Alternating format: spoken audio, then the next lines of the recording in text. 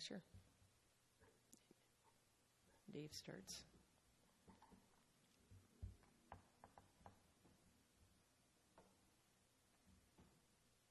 Does Dave know you're on? Yeah, he needs to start. Yep. We are live now. Sorry, Eric, about this stuff. Go ahead, Dave. Are we ready to go? Yes. We are.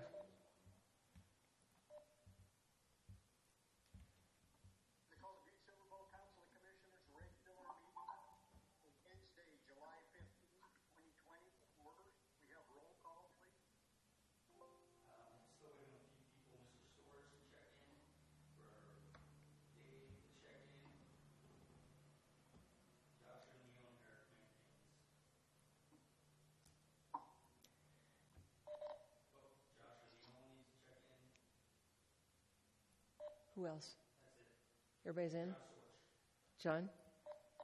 John Sorge, could you please check in?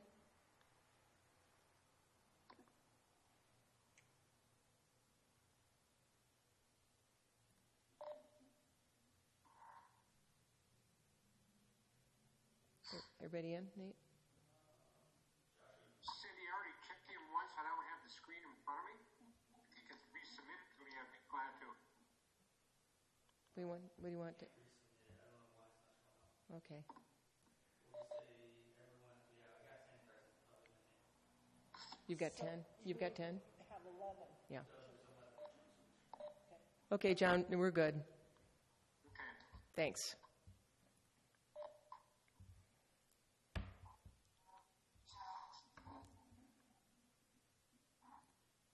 So we have 11 present, and John Morgan is excused.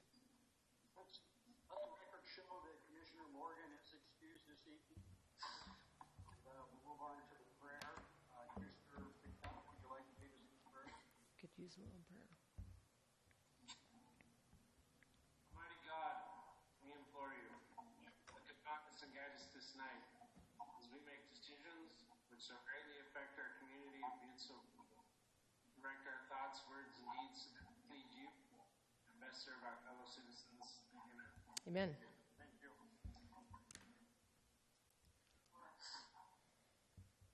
Next, we'll move to the approval of the minutes of the July 1st, 2020 meeting.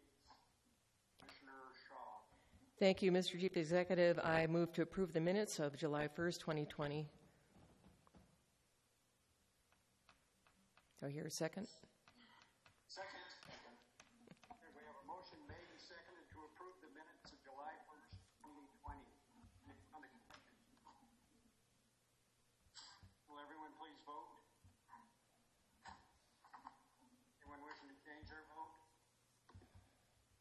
Will the clerk please record the vote?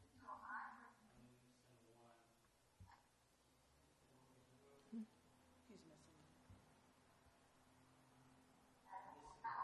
Are you missing, Nate?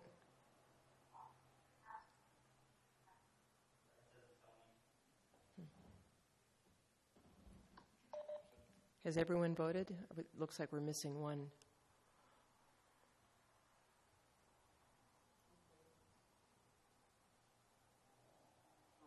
Clerk records the vote.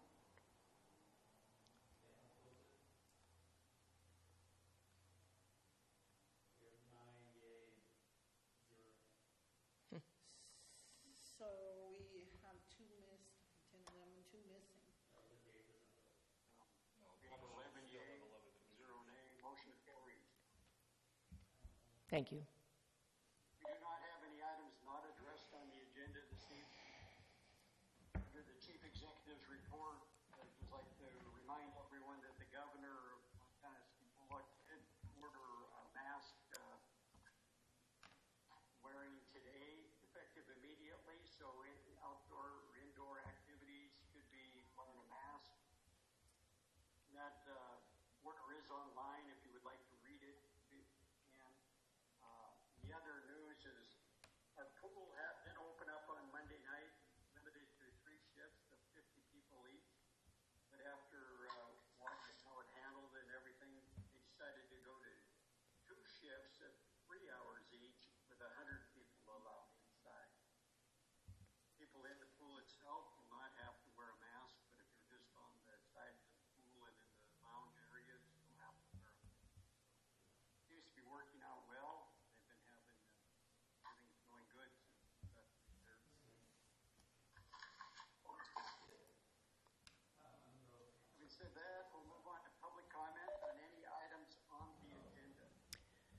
Thank, Call in at 496-5009. thank you, Mr. Chief Executive. We're looking to see if there's any calls. Yes. Yeah, we're not hearing anyone else outside. So, okay, let me try this. Okay, thanks, Pat. They're not getting anything outside the view. They're not hearing the microphones. These microphones need to be positioned, like, right. Is your volume up the whole way? Hang on, I'll get it. Sorry, we just had a quick technical problem. Would like to remind people that if you're not speaking at the present time, please mute your devices so that no feedback going on. Okay. Any calls? Any calls yet? No, Mr. Chief Executive, we do not have any calls at this time on items on the agenda. I see none. We'll go into section 1, bid openings, public hearings, and/or presentations. Number 1 is a public hearing, communication number 2020-263. David Bjornson, Jones, and Mungus, LLC, requesting Council of Commissioners for time on the July 15th, 2020 regular meeting agenda for a public hearing regarding an opportunity for public comment on whether the proposed rehabilitations of existing affordable housing projects meet a community housing need. Ravonda Stordahl is on line tonight. Do you have any questions? Do we have proof of publication? Mr. Chief Executive, there is proof of publication, and it does appear to be in order. Okay, thank you. So, I don't know, is David on or Ravonda, or are you going to give a report on this, staff report? Chief Executive Palmer, this is Ravonda. I am doing the report. Okay, floor is yours. Go ahead. We'll just get started. Thank you so much. I'm Ravonda Stordahl, Executive Director of the Public Housing Authority of Butte and its affiliate, nonprofit affiliate, Butte Affordable Housing. So over a year ago, a while ago, we started the process of converting all of the public housing units to a new subsidy type called project-based assistance. We have one more closing to do, which should be next week, and that conversion will be, the funding part will be completed. So the reason we're doing this is that the project-based voucher program has a more stable funding source than public housing operating subsidy did. So we'll have a 20-year contract with HUD for the subsidy. It actually will provide some more funding for us. And because of the way we're doing it, because of the funding sources we're using, we are going to be doing major rehabilitation of all of our public housing units. And we're going to start with Silverbow Homes, which is going to probably take about a year and a half. And then the other 3 projects will be done in stages too. So after this is all said and done, the tenants will still just pay 30% of their monthly adjusted income for rent. They shouldn't see any difference in services from the housing authority. So for the tenants, it should be fairly seamless. The only thing is they're going to have brand new apartments at the end of this. HUD actually encourages housing authorities to do these conversions, and that's why we started looking at it a while back and decided to go ahead and get it done. The funding sources, again, we're going to have a loan, we're going to have tax credits involved. And when it's all said and done, the Public Housing Authority of Butte will no longer own the properties. The Butte Affordable Housing nonprofit will be part of the new ownership structure. However, the Public Housing Authority of Butte will continue to manage the properties. There won't be any change in that. So as far as staffing goes, all that's going to stay the same. We should, I think it'll be great. We'll have brand new units, and the tenants will still have subsidy tied to the units, and I think everything will be good for the community. With that, I appreciate your time, and if anybody has questions or, they need clarification, they can let me know. Mr. Ravonda, I do have one. hopefully you can answer it, but, you said that the housing authority will no longer be the owner of Butte Affordable Housing. And, how does the payment in lieu of taxes work on these properties? If you could just explain briefly. So the payment in lieu of taxes right now is calculated based on income minus expenses, and then 10% of that is paid to Butte-Silver once a year for a payment in lieu of taxes. So because the housing authority will no longer own the properties, I anticipate we're going to need to do a new agreement with Butte-Silver for payment in lieu of taxes. Okay, thank you. So that will be coming up pretty quick. Yes. Mm-hmm. Yes. So how does it work with the newer facilities out there by the country club off of Elizabeth Warren? Are they the same way with payment in lieu of taxes, and it's based on the formula that you had just said? They are not. No, right now they're not paying a payment in lieu of taxes. One of the properties, Aspen Place Apartments, is actually paying full property tax. The Meadowlands Apartments, the original Meadowlands Apartments, and Copper Ridge Apartments have a property tax exemption and are not paying property taxes, nor is there a negotiated agreement with Butte-Silver. Those aren't owned by the housing authority, but they are not, or they are? They are not owned by the housing authority. Okay. Should there be a payment in lieu of taxes on those properties too? There could be. That would need to be negotiated with the ownership. Okay.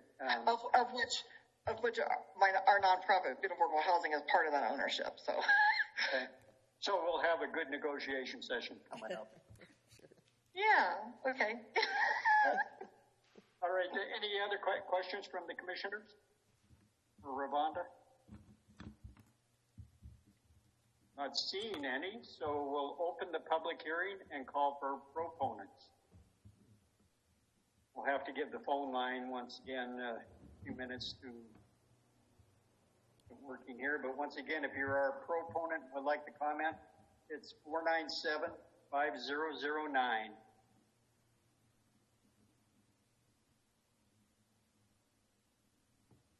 Second call for proponents.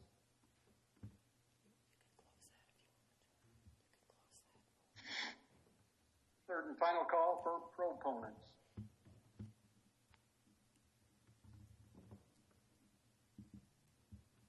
Take it there's no one on the phone, Cindy?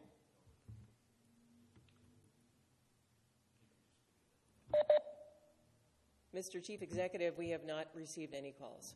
Okay, then we'll open it for opponents. Are there any opponents? I can just speak into that without clicking my mute? No. Okay. Second call for opponents. The third and final call for opponents. Once again, no calls. Mr. Chief Executive, we have no calls coming in. Okay. Then we'll close the public hearing and move on to presentations. Number one is communication 2020-268. Eric Gonder, Fog Inspector, requesting Council of Commissioners for time on the July 15th, 2020 regular meeting agenda for a presentation on fats, oils, and grease fog program. Is Eric on the line? Chief Executive Palmer, this is Mark Neary. I'm going to give the presentation. Okay, Mr. Neary, the floor is yours. Thank you, Chief Executive Palmer and the Commissioners. For the record, I'm Mark Neary, Public Works Director. I'm going to give a presentation tonight on our FOG program that we're kind of introducing. I think, Jason, are you in control of the slides?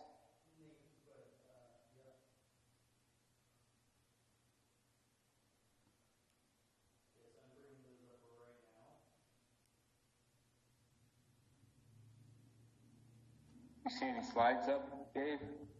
Oh, he's getting them up now. Okay.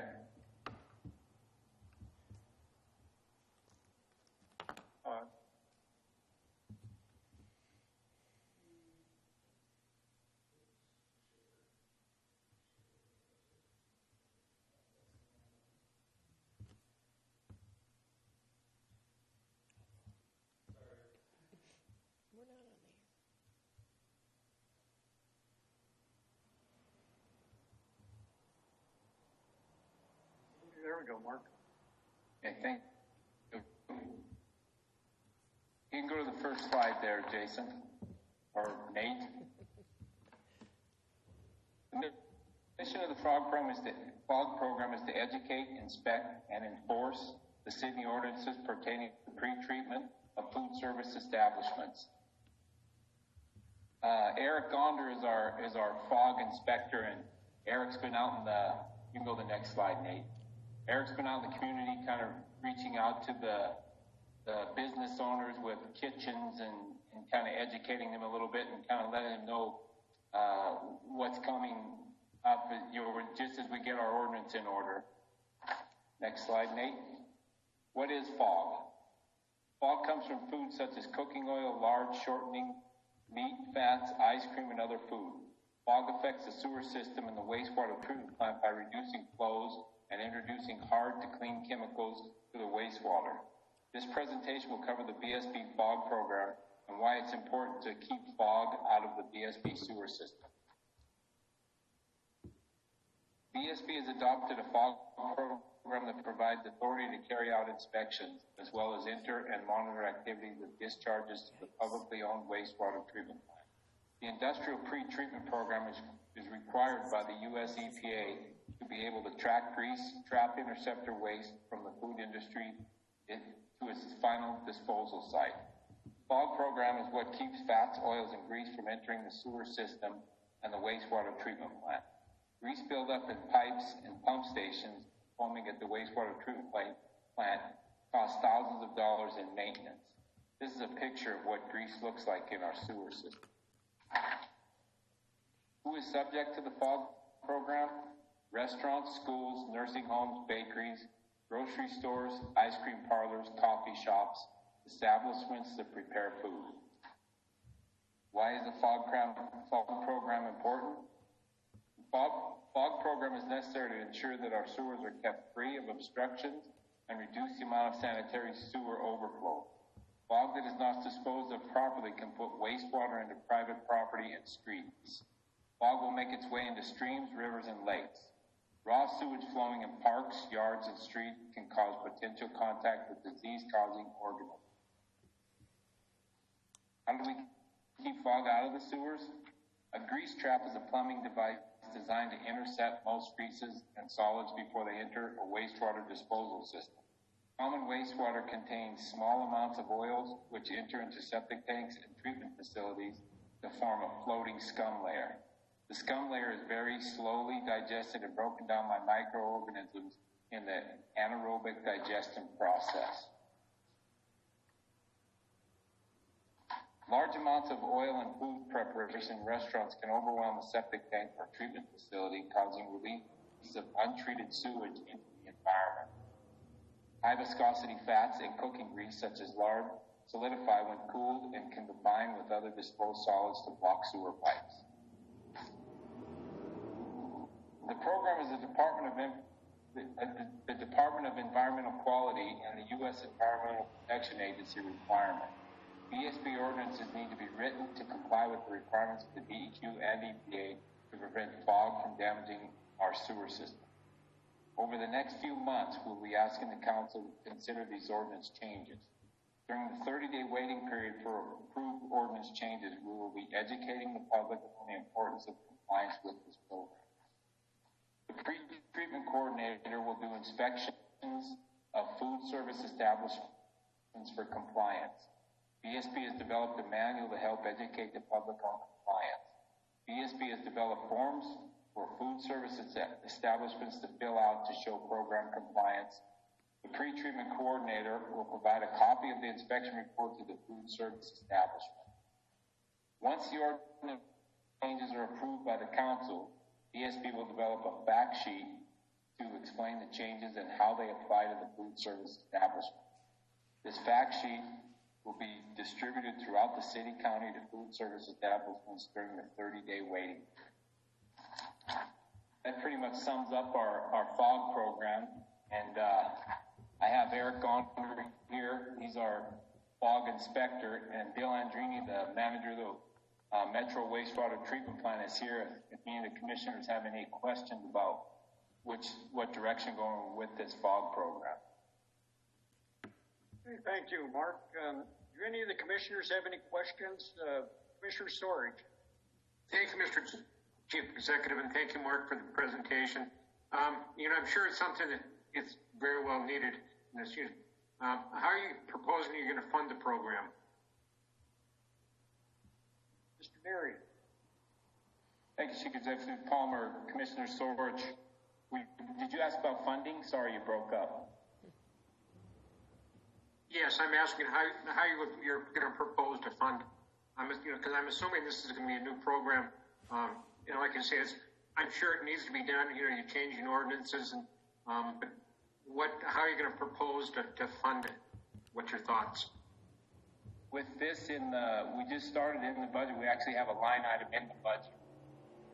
So this will be the first year that we started, but hopefully after we get the program up and running and the ordinance in, there could be fines. We hope we don't have any, but right now we just started this funding source through the budget. Mrs. Gleason, would you like to add? You're muted still. Oh, there we go. They unmuted me. I have to use my phone tonight, so it's going to be a little tricky. Chief Executive Palmer, Commissioner Sorge, just to add to the question about cost. Eric was first hired as a meter reader at Butte-Silver. He was able to do that work very proficiently and had came to us seeking other job opportunities or ways that he could backfill time.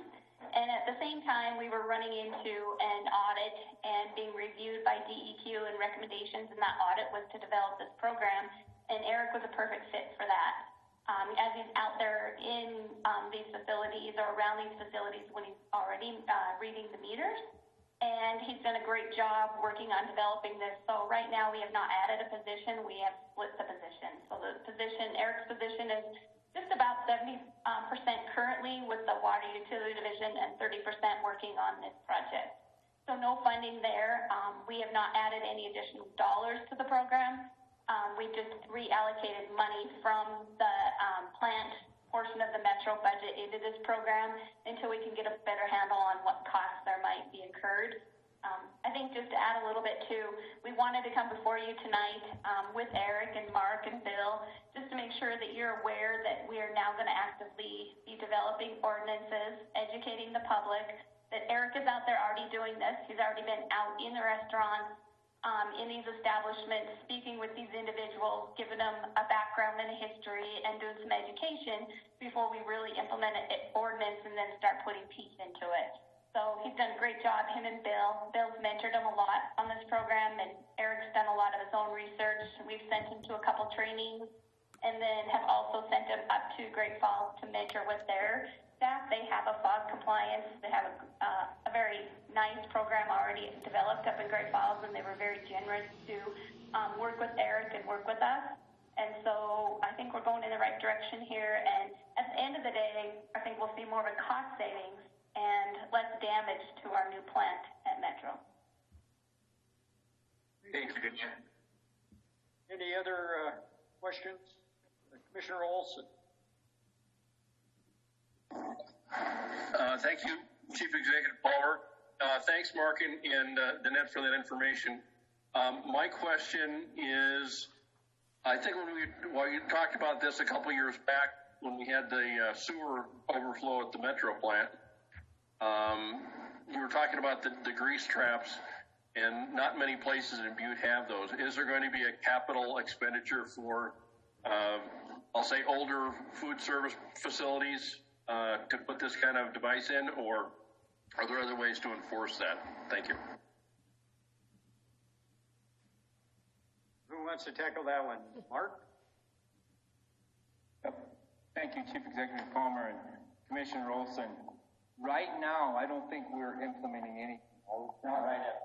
But it's new. We're just kind of exploring our options too. A lot of the places actually do have grease traps. They just aren't being maintained. You can bypass them by just letting them fill up and let them go. So Eric and the health department too, they've they kind of look at when they go through their inspections too. But right now, we haven't developed any kind of a health program. As a follow-up, I believe that as part of the plumbing codes that are required in an establishment, the commercial establishments, to have the grease traps put in. But as Mark said, they just weren't maintained over the years, and they just weren't acting as a grease trap. So the grease just floats directly into the sanitary sewer. So that's the problem we have, and it ends up in Metro and creates problems. Commissioner Shea, and then Fisher. Thank you, Mr. Chief Executive. Actually, Commissioner Olson asked the question that I wanted to ask, so thank you, Commissioner Olson. Commissioner Fisher. Thank you, Chief Executive Palmer. Thank you, Mr. Neary. I guess I know this is a ways down the road, but what is the impact and how will this be ordinanced in between like the existing businesses that are going to have to install? I mean, are they going to be grandfathered in? Or are we going to, do they have to put them in? I think this is going to be a touchy subject as we go down the road. And I know the answer is going to be the devil's in the details. And, that's something that I just have a tough time with, that devil in the details. So thank you.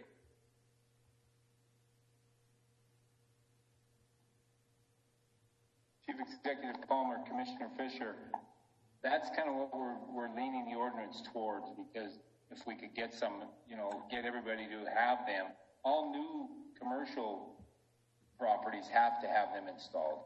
But we would like for everybody to have them. But the biggest thing is, I don't think there's a lot of businesses that don't have them right now, but they're just not maintained, and we don't have any teeth to enforce maintenance on them. Any questions? Thank you. I look forward to further visits. Thank you. Commissioner Callahan. Thank you, Chief Executive Palmer. I would just like to thank Mark and Bill and Eric for going forward with this program. I got an opportunity to tour the Metro plant after they did their $30 million upgrade. And shortly after that, they had that overflow from the grease. And it damn near ruined our $100 million sewer plant. And it did a lot of damage, but we were fortunate enough that the guys were able to control it and get it under control. And I really believe this is long overdue. And I think I want to thank those guys for pursuing this and moving forward with it. Thank you. Any further questions? Okay, well, thank you. We'll move on to presentation number 2, Communication 2020-274. The Nick Gleason, Finance and Budget Director, requesting Council of Commissioners for time on the July 15th, 2020 agenda to make a presentation on the fiscal year 2021 budget. Annette, the floor is yours. All right, thank you, Chief Executive Palmer and Commissioners. Nate will be uploading the presentation tonight.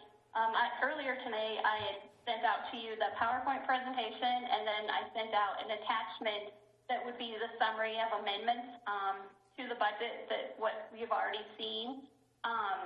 These amendments that are on the screen before you tonight, I'll just briefly touch on them. Similar to what you've always seen in the past. A few changes, though. Beginning with Parks and Rec, we had a few insurance checks just come into us. One being for the tennis courts and some fencing over the tennis courts on Excel. And so we've increased the budget. That's the first line item by that amount of that cost for that particular project. The next line item, we received $51,000, or will receive a total of $51,000.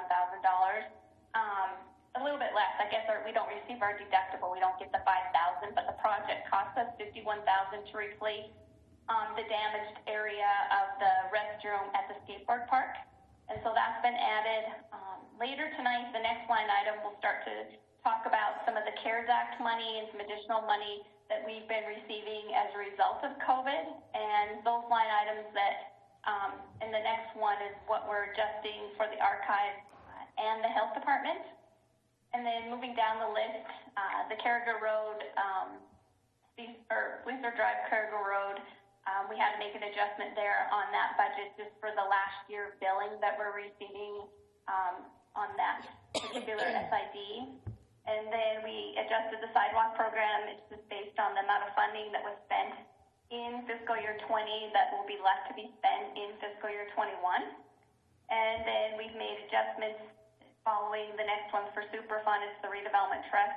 There's about 3 or 4 line items there that we're adjusting. It's just the result of what grant expenditures were made up to June 30th that prior to us issuing the preliminary budget had not been booked. And then we've made some changes in the gas tax, the road gas tax funding for the Hill Avenue project, and then reduced the money for Hanson and Mercury. And this, again, just relates to the amount of funds that are available for those projects and the expenditures made through June 30th. And we also received a DNRC grant that was not in the original preliminary budget. This is for trees. It'll be working at the Parks and Recreation, and it'll be, program will be developed by the arborist. Similar to this program we've had in the past, and community development worked on it, and the funds were in the community development department. It just made more sense now that the arborist is under Parks and Rec that we make the change with these funding too. Then the next one is just a change that we received some additional funding is a Developmentally Disabled Council. We get funds from the National Center of Disease Control Grant. We were fortunate. I think we were one of 2 communities in the state a couple years ago that started getting some of these funding. And last year we got a little boost for some more training and travel for Karen Sullivan and Todd Hoare. They were not able to take some of that training and travel as a result of COVID. And then we were just notified on Monday that we received another $2,250. So those 2 line items are just adjusting the budget based on where they plan on spending the money next fiscal year. And then the final adjustment that we're recommending right now is for another insurance check that we received on a police car. And so that those money has went into the capital improvement fund so that we can purchase and replace that police unit. So those are the amendments. Nate, if you want to move on to the presentation.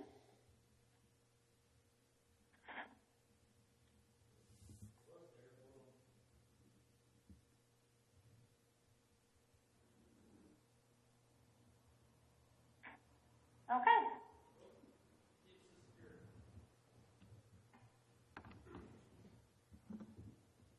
Thank you.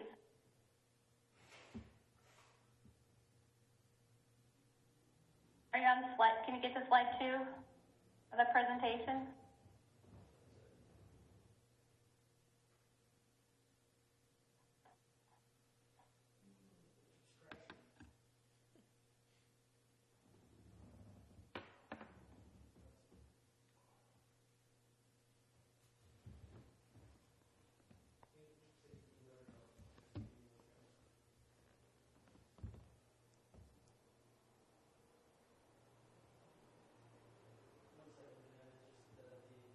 I have to apologize to the IT department. This is not Nate's problem. This is mine. I gave him to him, my presentations to him at about 7 o'clock. So he's just trying to organize, I'm sure. No pressure.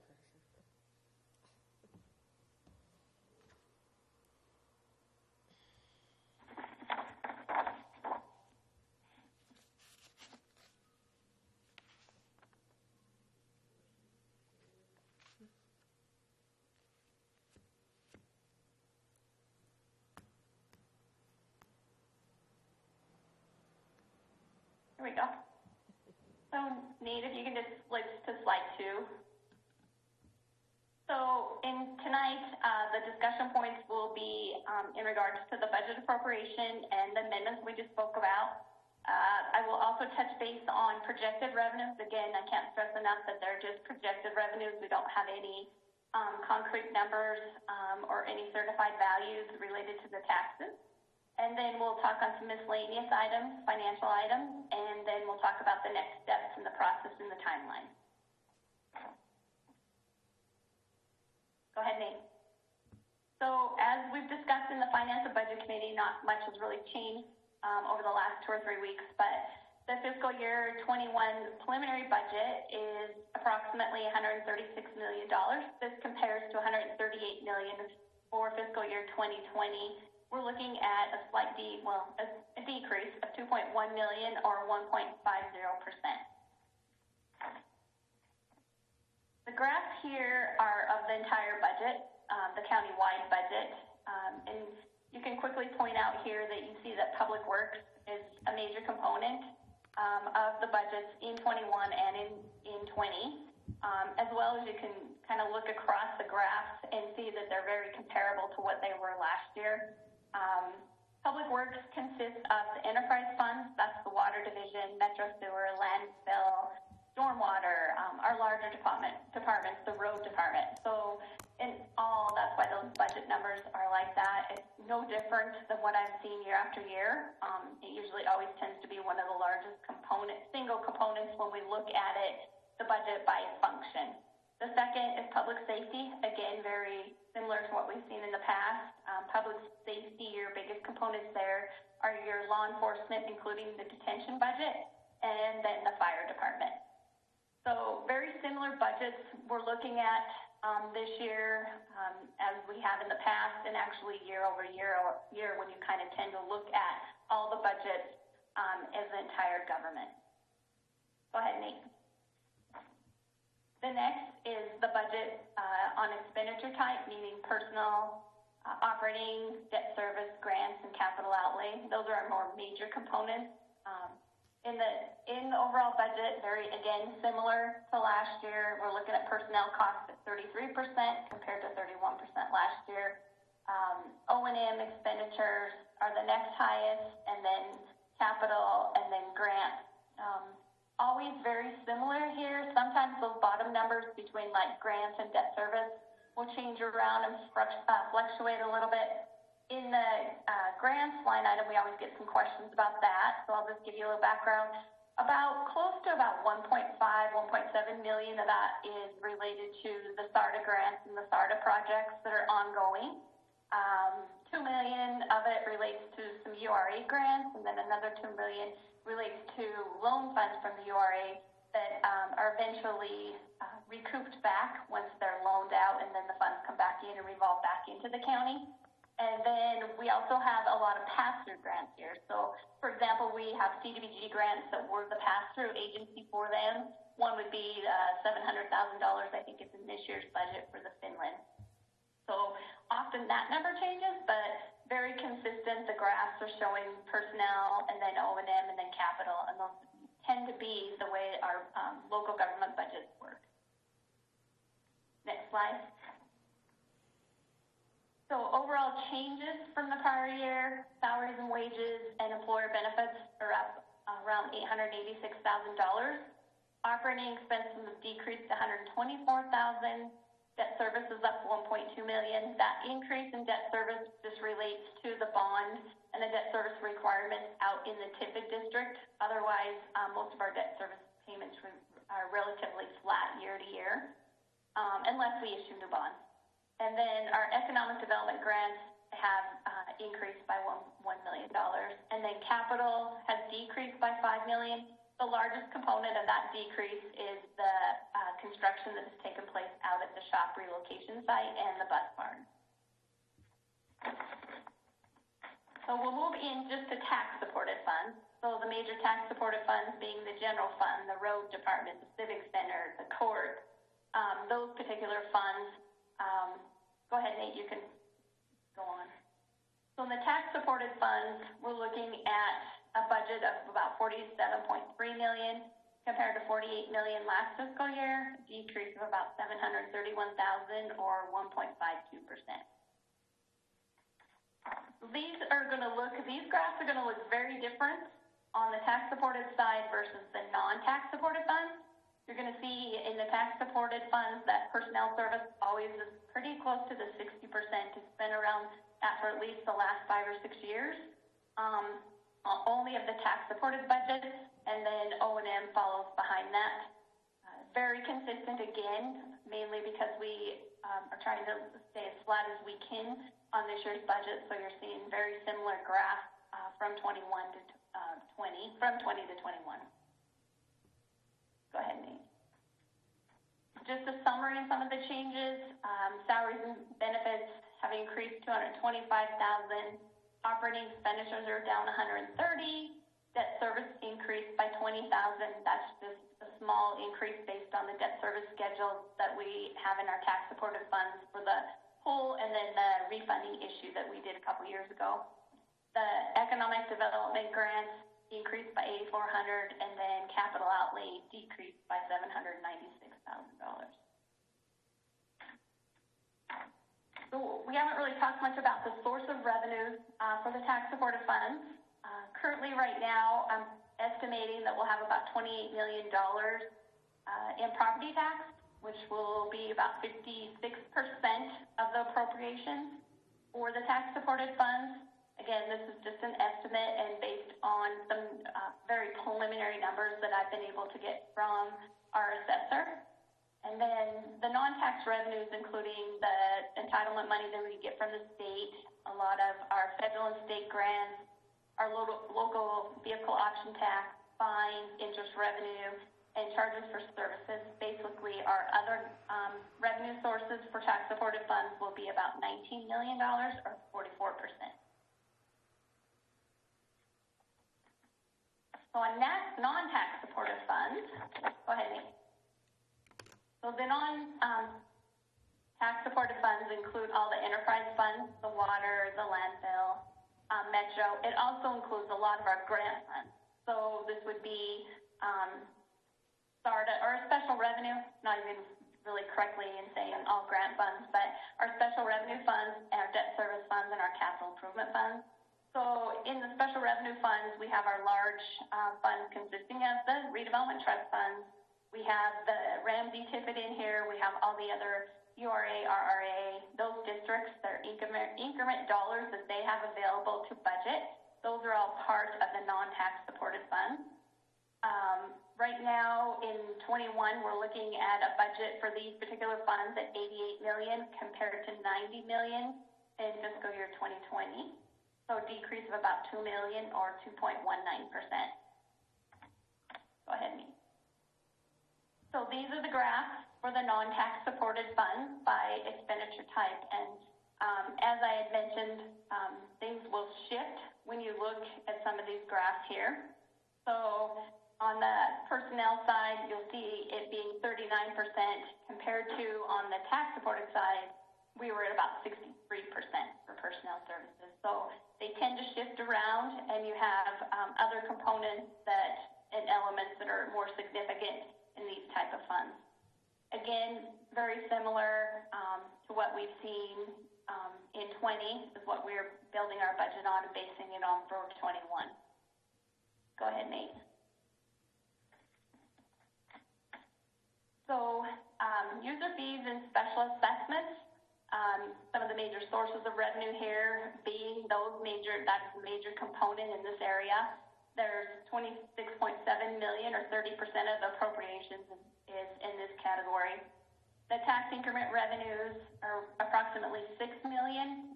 Again, that's just the increment revenue off all the economic development districts.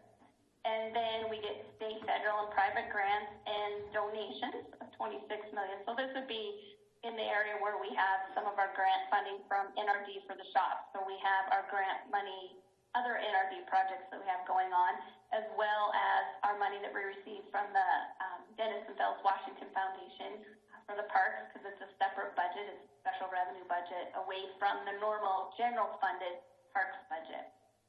And then it also includes our health insurance fund, which has premiums of about $7.2 million, so that's 8%. Go ahead, Nate. Additional sources of revenues, we have internal service charges to operate our funds. So in order to operate the shop and pay for the mechanic wages, pay for our GIS department, pay for our payroll department, our personnel department, those are internal service charges that we allocate, and there's $3.7 million or 4% of these budgets. Interest revenue, we're still estimating about $1 million or 1% of the appropriation. And then the remaining 20% of the funding comes from carryover funds. So most often we might get a grant up front. In particular, when we got the SARTA funds up front, and now we're spending those dollars down. So So that's what's happening here. And so that's the remaining 20% of the budget is those sources of funds. Go ahead, Nate. So estimating revenue, I just put this slide in here because I wanted to stress that on the tax side right now on the slide that you're going to see, and some of the information I'm providing here is definitely estimated and projected. We have not really received any data, just a little bit of data from the Department of Revenue, and so can't stress enough that what I'm presenting is just clearly estimated. We're anticipating about a 3% increase, which is around $2 million in taxable value. It's about $810,000 in tax revenue. The increase that I've estimated is coming from new construction, but we'll get more of a handle on that when we get certified values from the state of Montana Department of Revenue. The new construction that I have estimated here just based on the building permits that we have downstairs, and then trying to monitor when construction might be complete. And in this area, I was looking at some of the items such as the multi-housing units that we've been seeing come on in Butte-Silver. We had some other units. We had the plant, the polishing plant at MR came on full board. So we have those items in there. The next item is the increase in taxable value for centrally assessed property. I have received a report, a very, very preliminary report, that our taxable value in that area could go up about $1 million. That's just taxable value. That's not actual property tax from those dollars. And then we do know that we will have a decrease in gross proceeds of about $229,000 in taxable, so that equates to around $93,000 in tax revenue. The next slide is just the projections and the trend of our taxable value. So you can see how we've been going up, which is always good. Like to always see those numbers climbing. This is just the value that we use on a county-wide basis. So this does not pertain to all the value that includes like the total value of all the districts out there.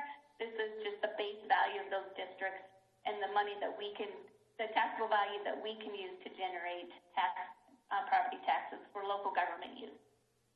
And you'll see that I'm projecting about that $68 million number.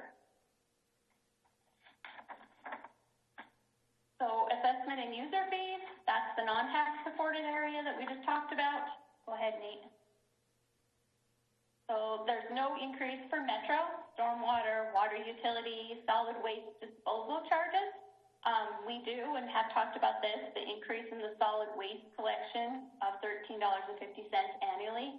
The current rate is $93, and we're proposing the $106.50 on an annual basis. That will be staff's proposal to the council. There's no increase for the countywide road maintenance district. The cost will remain right now at $87.71 per parcel with a market value. Any parcel with a market value in excess of $5,000. Fees are assessed based on the actual cost. I'm sorry, this is for the lighting, fire hydrant type districts. So those are based on the actual costs and rates established in the resolutions once we get their final year-end numbers. So a lot of this is just a pass-through. We receive the power bill from Northwestern Energy and we pass on the cost to the users of those lights. So other budget items to talk about tonight. As we spoke before, we're not currently making recommendations, or our current recommendation is to continue to hold on the 8 vacant positions that we have in the budget, not to fill those positions at this time. We've also talked about some staffing increases that departments had requested prior to COVID really hitting us. And we have not added any of those increases or requesting to add any of those increases at this time. The only thing I need to touch on here is that the FEMA SAFER grant is up in January, and part of our obligation as a local government is to continue with those positions for another year. So that would be one more year on those positions, and then we'd have to be reviewing them. I can tell you that budget has done very well. I think those positions have helped out significantly in reducing the amount of overtime and then also provided a level of service in the department that is outstanding. So just wanted to touch base on those positions. We'll continue to hold on capital unless it's grant funded or carryover from fiscal year 20. We'll see those numbers change as we get our final year-end invoices from contractors. But that's kind of where we're at right now with those particular items. And then just wanted to talk again about the COVID-19, the costs and some of the financial activities surrounding the COVID. We've spent to date, I think when we first reported to you right at the end of June, we were around $165,000 in costs. To date, we're about $182,000 in costs. Again, that's just for supplies, PPE, some small portion of salaries and benefits. Most salaries and benefits of employees, especially those that have been redirected to respond to COVID in any particular way, are still charged to their regular budget. It's a process that we've had to use right now until we figure out any funding that might be available to backfill for some of those positions. In the health department side, there was a lot of those positions just because of the nature of the pandemic and then the nature of the programs that are at the health department. Those particular grant funds were allowed to be used, and those employees could still be charged off to those grants as they respond to COVID activities. In FY21, we're requesting to continue the 2 meal declaration, basically in preparation of a potential surge and more importantly to address any immediate needs without having to call a special meeting of the council or going through the process that just really at this time are not practical. I think the 2 meals that we've already appropriated that under the declaration that Chief Executive ordered in middle of March will be fully covered by CARES Act funds, so it won't be that we're re-upping another 2 meals of declaration. So what have we received so far for grant awards and reimbursement as a result of COVID? We've received $10,021 from the Department of Administration for additional costs on postage. All this was for the return postage that had to be placed on the ballots to be returned to the local government. So that's the only cost there was the $10,000. We received another $130,000 award for substance abuse and mental health services grant. It is in conjunction with our county tribal matching jail diversion grant funding that we get. We're working right now. There's a large group of our county partners that are working with us, the health department, county attorney's office, sheriff's department, finance and budget department, and Shelley Cleverly is very key. Shelley and Lucy have been very key on this funding source just to make sure that we try to come up with the scope of works that will really get a lot of use with the $130,000. Then we received $125,547 CARES Act funding dollars, basically for the health department's response and preparedness activities, and then also to help with other core health department operations and functions. Mainly, they understand that our health department employees are going to be diverted, and this helps them backfill for overtime and then also supplies and operations. Then we've received $68,245, another emergency preparedness grant here to respond to COVID, the pandemic. We have these public health emergency prepared dollars called FEP dollars. We always get these annually. This is in a supplemental amount of funding. It's used for such things as tracers, contact tracers, overtime on staff. It can be used for some supplies for the health department, so a wide variety of things. And then we received $26,177 for the Archives CARES Act. It's the National Endowment for Humanities grant, and those funding is mainly used just to supplement the costs of their staff. I think they understand that there's additional costs there. There was a time period when archives and museums and libraries have had to have closed doors, and so they weren't earning revenue, but they wanted to keep those operations and those functions going. So this assists with those costs there. That was on the amendment sheet earlier tonight when I presented the amendments to the budget. There's one other grant that I missed here that we got. It's a little over $50,000.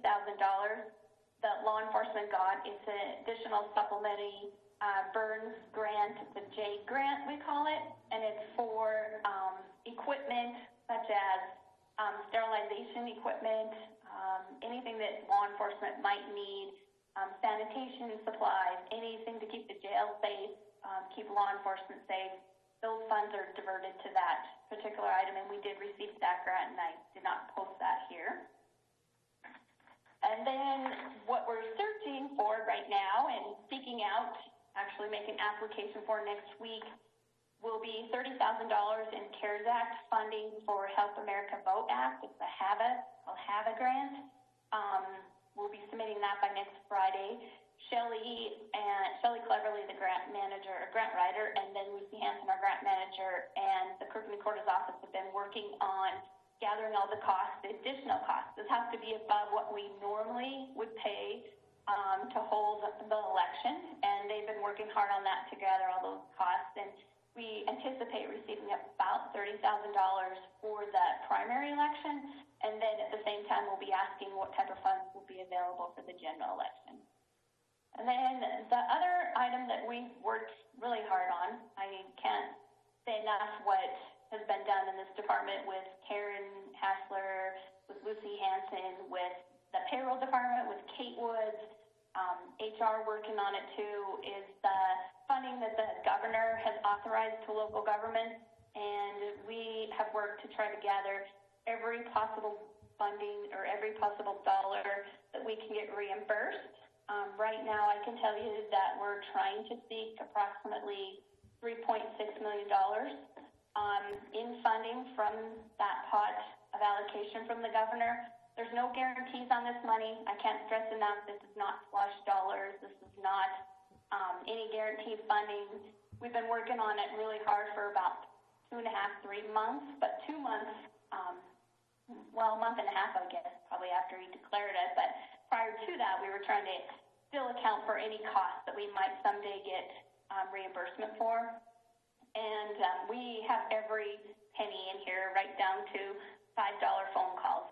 So I'm not saying that we're going to get it, this whole $3.6 million, but Lucy has all the documentation support. They've wrote all the justifications why we think it's eligible costs related to COVID, and we're going to try our best for these dollars. Again, not flush dollars. These will be dollars that we are able to use to continue to provide the services that we're providing today. Continue with the full-time staff that we have here at the local government without having any layoffs or impacting staffing level or services to the community. So we're doing every effort that we can to try to get these dollars. And the next slide just tells you what our budget timeline is. So we're going to continue to discuss the budget. Again, we'll have hopefully some opportunity next week if you have questions. We'll be able to discuss them next week. We are anticipating receiving certified values from the Department of Revenue by 5 o'clock on August 3rd. Public hearing to begin on August 5th, continuing through to August 12th with hopefully a final adoption of the budget on August 12th. So, is there any questions? Before we open it up for questions, once again, I have to thank Beth and her team up there in Finance and Budget Department, because see firsthand how much time they put in facing these COVID-related expenses, and it is a very time-consuming effort. But I'm confident that it will pay off, and we will get reimbursed for a lot of that money that they've been tracking back in March on every expenditure and doing the paperwork. It's going to be, working with the state and FEMA to see who pays for what and what's more often, who says they're not paying for it, let the other person pay for it. It just goes back and forth. But I really appreciate the time and the effort that Danette and her team put into this whole process. So once again, thank you. And are there any questions for Danette or myself? Commissioner Sorge. Thank you, Mr. Chief Executive. Thank you, Danette. Good job as usual. Keep us well informed and take good care of us. I guess my question is, and it's COVID related. You have and the grants awarded of the $125,547 of the CARE Act funding. As for current and future response, is that for the testing, the testing they've been doing out at the mall, and the future testing? Is that kind of what that's going to be for? So, Jeanette. Chief Executive Palmer, Commissioner Sorge, it's for the supplies to set up the testing facility. Yes, it is. And then some of the staffing dollars can be charged there. That's kind of the struggle that we're going through right now. We're trying to figure out which pot of money should we use first that might, if we use that first, might get backfilled again later quicker. And so that money, as well as that FEP money, that $68,245 can be used for those type of activities. Follow up, Mr. Sorge. I guess I'm struggling a little bit because I know they put out a request for some volunteers to help with the administrative, and I understand they're understaffed, I guess, and I'm probably thinking out loud. I struggle with where we're, spending $25,000 on the archives. I'm sure it's out of a different bucket, and then we're looking for volunteers on another side for the COVID. So I struggle with that somewhat, but I understand what you're up against. Thank you. Chief Executive Palmer. Jeanette. Can I follow up? Sure. So, Commissioner Sorge, you're exactly right. I'm not too sure about the call for volunteers. I'm not really aware of that. Commissioner Shaw is on the health board. She might be able to give some more input on that. But we have posted positions for per diem positions for contact tracers, for setting up the facility, and for some additional call center staff, and those are paid positions that will be funded under these type of dollars. And then you're right, they are different buckets of money. We can't cross these buckets of money. Some money is directly, like the CARES Act money for the archives for National Endowment of Humanities, comes directly from the federal government, where other funding that we're getting for CARES Act, like the 125, 547, or the funding that we're applying for, the $3.6 million, that funding is the CARES Act money that the state of Montana received, and then the governor's task force has developed the criteria and buckets to apply for that. We have many, many sources, many definitions of how the funds can be used and can't be used, and how they cannot be crossed between different elements. I would like to add that if you go to the website on job opportunities, those positions are posted, and that if you know anybody that would like to apply for them, they're pretty good part-time jobs, really, for people. So trying to decrease the unemployment out there. Thank you, Jeanette. Just like I said, just kind of thinking out loud, and this is going to be a challenge for everybody. We don't know exactly where it's going to lead. Thank you. Oh, it's definitely a challenge. Commissioner Fisher. Thank you, Chief Executive Palmer. Thank you, Jeanette. The presentation's excellent as always. I guess one quick question I have. The Superfund trust money that was given to the Folk Fest and Henri Raw, will they keep that money and carry it over to next year, or what's happening there? Chief Executive Palmer. Jeanette, go ahead. Commissioner Fisher, the Folk Fest money was allocated and distributed out. They tend to get their dollars earlier in the fall for the next coming time frame. I'm not positive what Henri Raw has done. I see that John Sesso has joined the meeting. He might be better to speak with that. He might be more engaged and have those conversations with those entities. Mr. Sesso, would you like to comment?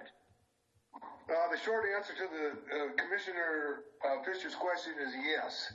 The dollars that were appropriated and actually given to the Folk Festival will be carried forward for the 21 event, and the dollars that were appropriated but not yet delivered to some of the festivals this summer, they will just, of course, not be given, and the dollars will carry forward to next year as well. So we're not paying for anything that didn't happen, but we're letting them use the expectation of that money to plan for next year's events. If that answers your question, Jim. Commissioner Fisher? Thank you, Chief Executive. Thank you, John. Appreciate the input. I guess what I'm saying is that if the Folk Fest got to get their money and use it, why wouldn't the Honorary Raw get their money to use it? It just seems like an unfair playing field if you give the Folk Fest their money, which I know they needed and I have no objection to it, and they've already spent it in, doing what they had to do. But in the same thing, the only other festival is Honorary Raw, and they got a much smaller portion. I think they should be given their money also if Folk Fest was given theirs. Not just my opinion. Thank you. Well, Mr. Sesso? Well, as far as I know, the Honorary Ra has not asked for their 2021. They usually ask for it, in the late spring and get prepared for their event in August. And if they asked for it, I don't think the board would deny them the money if they need the money to prepare for 2021. As far as I understand, they haven't asked for it. If they do, I'm sure the board would try to accommodate them. It's not like we're refusing anybody's ask in terms of preparing for the 21 events.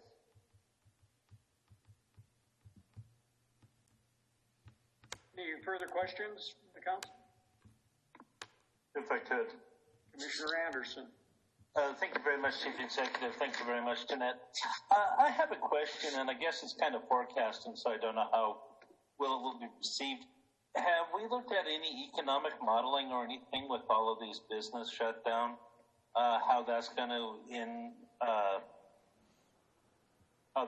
affect our revenues coming forward? We haven't done any modeling per se, but the Economic Development Committee, along with the BLDC, the Chamber, and Silver Bow Economic Development Team, we have been looking and working with the existing businesses to try to keep them afloat and find out where their problems are and where they may be.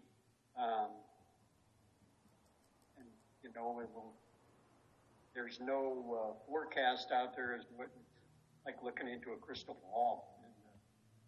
Mine's pretty foggy right now. Exactly. Just a follow. I didn't know if we'd be doing it, but I was wondering if the state had looked at it.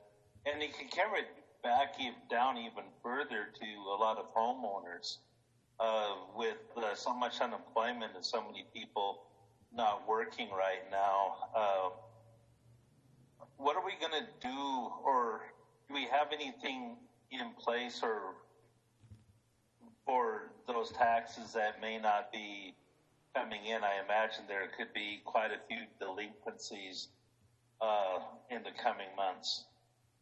I think the tax collection in the first part should be pretty good, but we don't know what's going to happen in November. I think that we're going to that's once again is a crystal ball. But I think the state governor is looking at this too, and they're watching everything they have.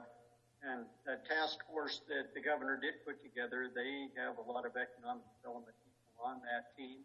And their recommendation was just for this very thing, is to keep an eye on it. The unemployment rates, they were high when a lot of the businesses were closed. And people are having trouble getting people to come back to work. But once people realize that they're going to lose the extended benefit and the additional benefit by not returning to the job that they were offered, that they held before, they're going to start losing those benefits. And I think you'll see the numbers drop.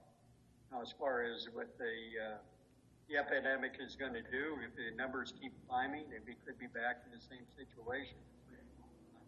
But once again, it's hard to forecast. Can I add? Chief Executive Palmer, Commissioner Anderson, on a local level, what we've been doing and what we've been talking about, and even talked at the presentation at the Finance and Budget Committee meeting, is some of the efforts that we've already taken. Those include not backfilling some vacant positions that we have. We have 8 positions right now that we are not filling. They're in the budget, but we're not filling them. We're going to be making a recommendation that even though I see a slight growth potentially happening with the meal value and then potential dollars coming down from the state, that we are looking at an increase in reserve funds, because you're very correct in stating that there's a lot of uncertainty and we're not too sure about how is this impacting businesses and how is this impacting homeowners and what's that going to look like for the November tax payments. And you're right, I have to set the budget based on the mill value or based on the taxable values that are given to us by the state of Montana, not necessarily that means we're going to get 100% collection of those taxes. So I'll be making recommendations on reserves, probably around the 20% range, not 16% as we have in the past, and using these other ways and means of controlling costs on our budget side to try to mitigate any issues that we might run into as a result of people not being able to pay tax. We have a lot rolled into our tax bill that we have to be very cautious with. We don't just have our property tax side, which is very, very significant, but we also have our metro sewer charges and our landfill charges and whatnot all on those tax bills as well. So we have to be very cognizant of that. And where on our expenditure side, and I think our departments and Chief Executive Palmer stresses this continually, that we're in this environment right now that we don't really want to be wasting dollars, and we never want to waste taxpayers' dollars, but please make sure that the expenditures that are being made are absolutely necessary. And again, like the capital projects that we're working on today are pretty much 90% grant funded. Capital projects are carryovers that have been paid for last fiscal year. And I just want to add too that on a collaboration between all of the state city managers, we meet weekly and have a conference call with them. The United States Conference of Mayors, we've been talking to them, and we're all in this together. The National League of Cities and the Montana League of Cities and Towns, we're always on the phone weekly with each other, and there's a big drive to push all the Congress and Senate to pass next CARES Act, which is going to help with some revenue reimbursement from the counties, and plus pushing for infrastructure expenditures to put people back to work that are losing jobs now. And I think we're making a lot of headway there.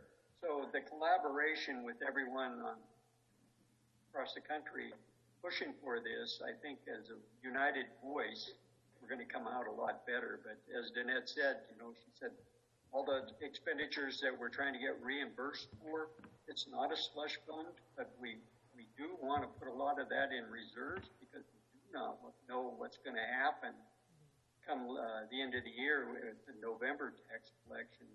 That's where we may see a real problem with cash flow in the county. So we want to increase those reserves as much as possible so that we're going to be covered.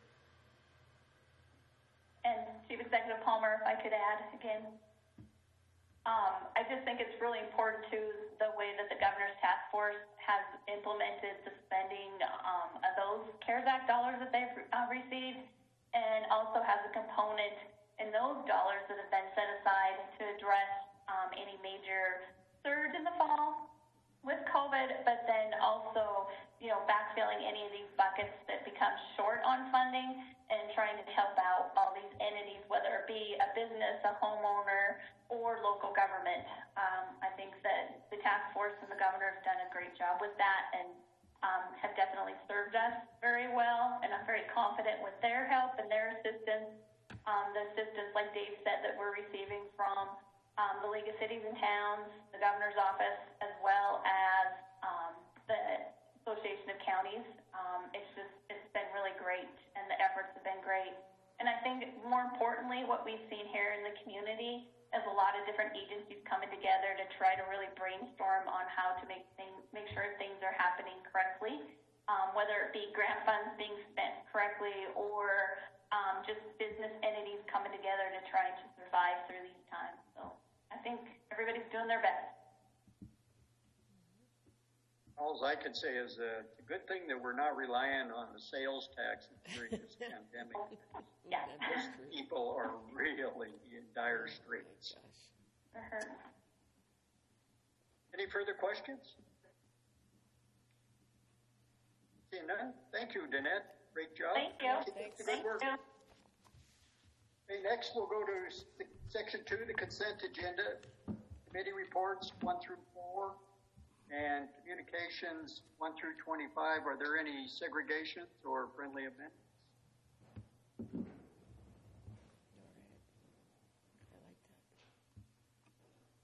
Seeing any hands, that's a good sign. Okay, Commissioner Shaw.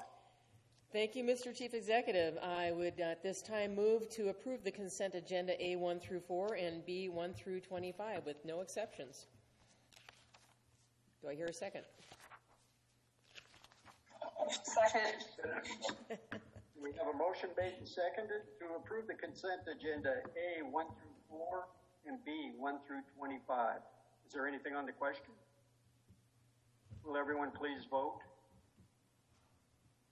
Anyone wishing to change their vote? Hang on.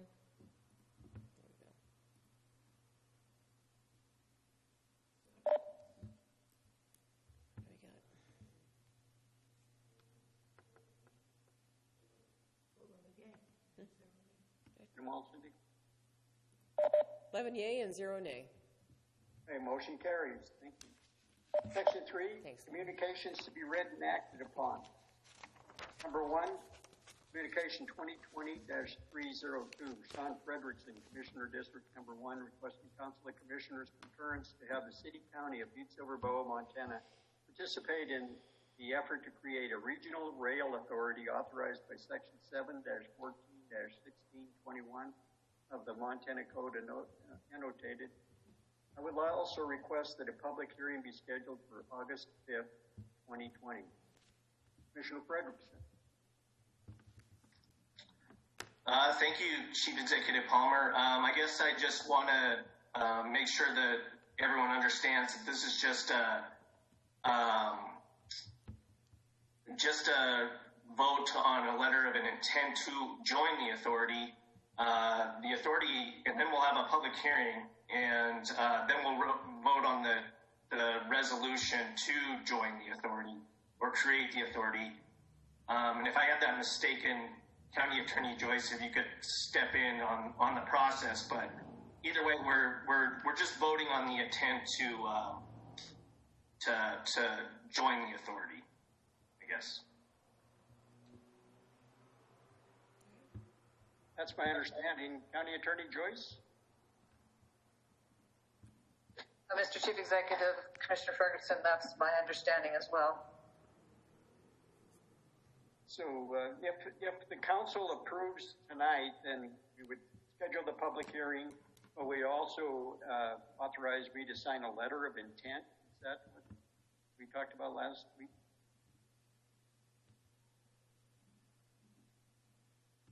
Yes. Sorry, I thought you were going to speak to County Attorney. Yeah, we would send a letter signed by you or Chairman Morgan, saying that we intend to join the authority, and we would send that to Missoula County, to Commissioner Strohmeyer of Missoula County. Okay. Are there any questions for Sean or the county attorney from council? Any discussion? Commissioner Anderson. Thank you very much, Chief Executive. Thank you, Commissioner Frederickson. What are the financial impacts of the county going to be with this? It didn't sound like there was any right off hand, and that it would give us a seat at the table. But further on down the line, are we expecting any funds having to go into this project?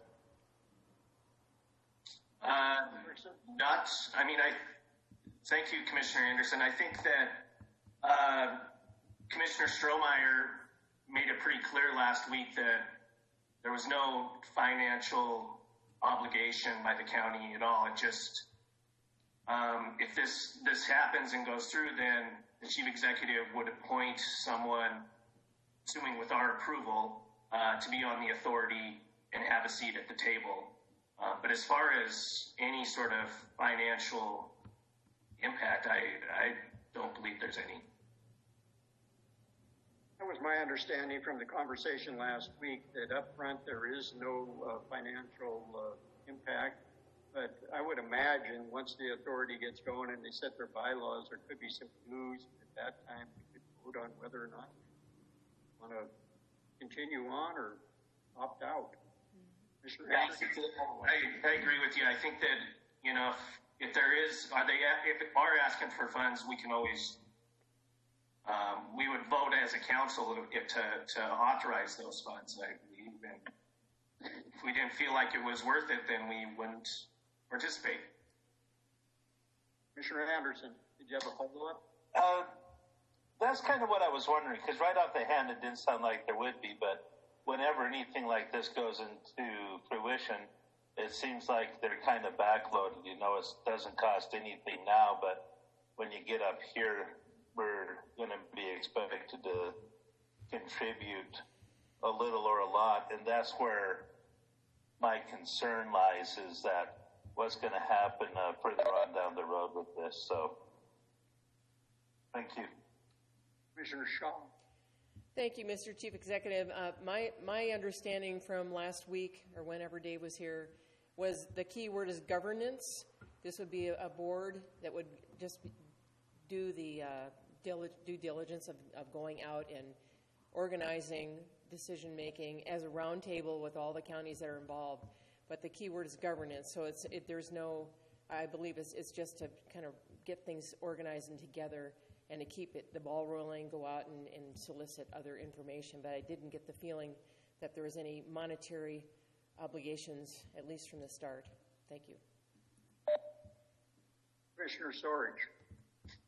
Thank you, Mr. Chief Executive. I'll second Commissioner Frederickson's communication. And again, like I said last week, I think there's some, maybe putting the caboose before the engine right now, to say it, but I think there's some great opportunities that need to be explored. And so I'll second this at this time. I don't think we had a motion yet, but open to that. Commissioner Olson. Thank you. That was kind of my point. Is I wanted to have Sean create a motion and define it. So. The ball's in your court. Okay. Well, yeah. I guess if no one has any other questions or anything, I'll make a motion that we vote for a letter of an intent to participate in the creation of a regional rail authority. Second. Part of that motion probably would be to schedule the public hearing. Right. Thank you. And I'll amend that to add scheduling a public hearing on August 5th, 2020. Second the amendment.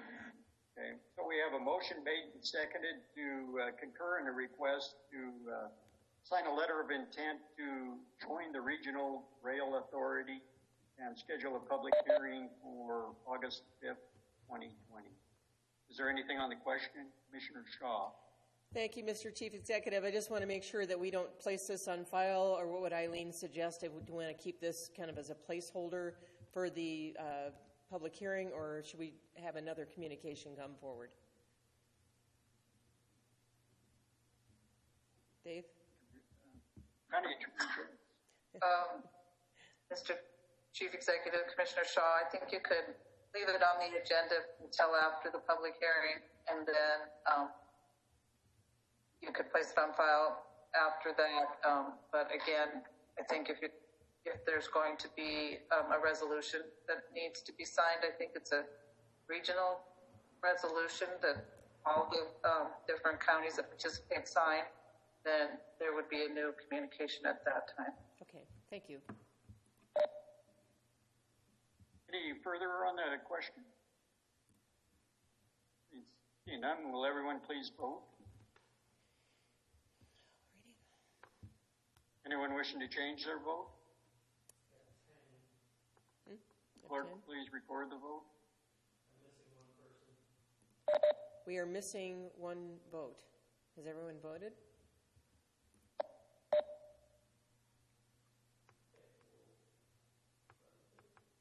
Still missing one? You can't tell who it is? Yeah, we still are missing a vote. If everyone makes sure that they not only mark yes or no, but also submit. Thanks.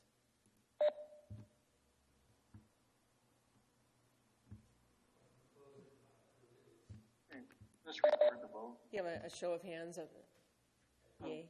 Just can you show the results and see who's not there? Nate said he couldn't show it by name. I don't know.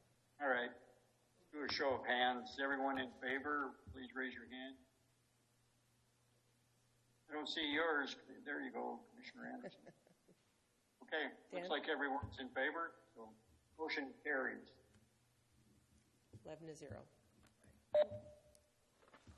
Next, Section 4, Ordinances and Resolutions, final reading. Council Bill 2020-05, Ordinance 2020-05, an ordinance amending Ordinance 204, Section 4, Chapter 10.40, titled Speed Limits of the Butte-Silver Municipal Code, Silver Bow M, specifically amending Section 10.40.040 and providing for the effective date period. Commissioner Shaw. Thank you, Mr. Chief Executive. I move to place Council Bill number 2020-05 on final reading and pass, having been deemed fully read at length. Second. I have a motion made and seconded to pass Council Bill number 2020-05, Ordinance 2020-05 on final reading. Is there anything on the question?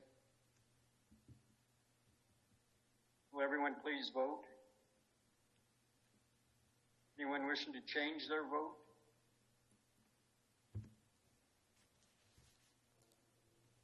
Get the right screen up. Clerk, please. We have record 11 yay and 0 nay. Okay, motion carried. Section 5, suspension of the rules for final passage, Resolution 2020-34. Commissioner Shaw.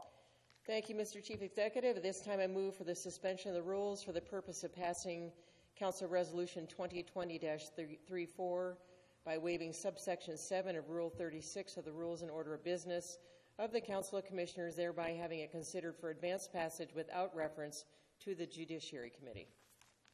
Second. We have a motion made and seconded for the suspension of the rules for the final passage of Resolution 2020-34. Is there anything on the question? Will everyone please vote? Anyone wishing to change their vote? We're still waiting. There we go. Anyone wishing to change their vote? Will the clerk please record the vote?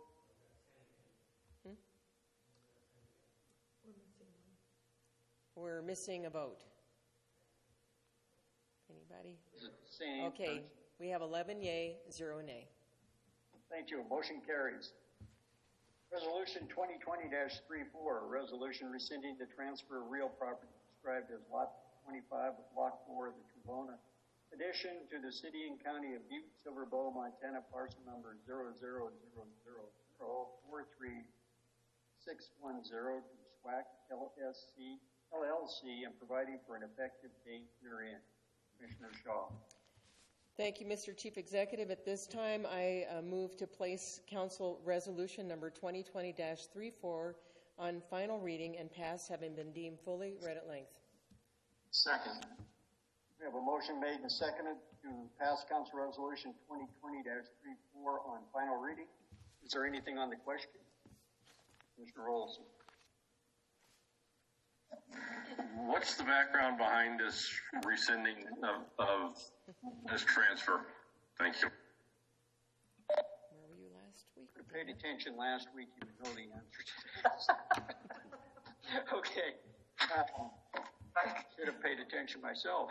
This was a parcel that was sold at tax sale, I believe, or under developer's packet.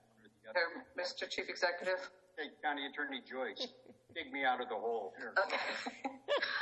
So this was one of the, this parcel was sold to SWAC as part of one of the town pump transfers, where we had allowed several different people to move a house from the area of town pump for their expansion as a attempt to not demolish those structures.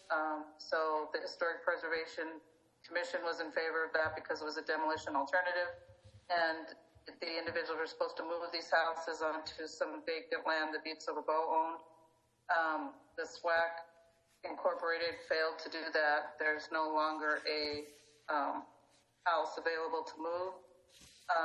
The owner of SWAC was contacted and indicated she didn't object to rescinding the resolution, and the resolution is being rescinded because you also have on your agenda a request by another individual to now buy the same parcel of property, and that's currently under consideration at the Land Sales Committee, and they would like to make a recommendation to allow the second individual to buy the property. Thank you.